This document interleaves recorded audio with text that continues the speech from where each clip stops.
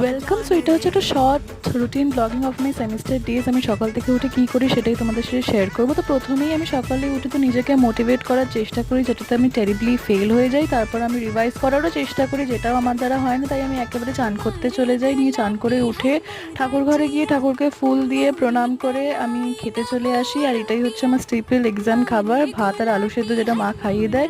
নিয়ে রেডি হয়ে একটু কাজল পরে নিই, বিকজ নাহলে ডার্ক সার্কেলস পুরো ভিজিবলি বোঝা যাবে। নিয়ে পাপাই দিয়ে আসি, বিকজ সকালে 10টা থেকে পরীক্ষা থাকে। নিয়ে লেক কালীবাড়ির সামনে দিয়ে যাই, তো ঠাকুর দেখাও হয়ে যায়। আমার তো সিট পড়েছিল হেরম্বচন্দ্র কলেজে, যেটা গোল পার্কে। নিয়ে 1টার সময় পরীক্ষা শেষ হয়ে যায়, আমরা বেরিয়ে যাই।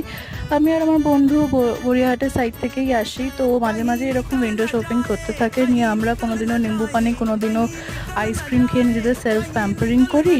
নিয়ে অটো করে বাড়ি চলে আসি। তো এরমভাবেই একদিন আমার এক্সাম ঠিক শেষ হয়ে গেছে সাকসেসফুলি। তো আবার তোমাদের সাথে নেক্সট মিনি ব্লগে দেখা হচ্ছে। বাই।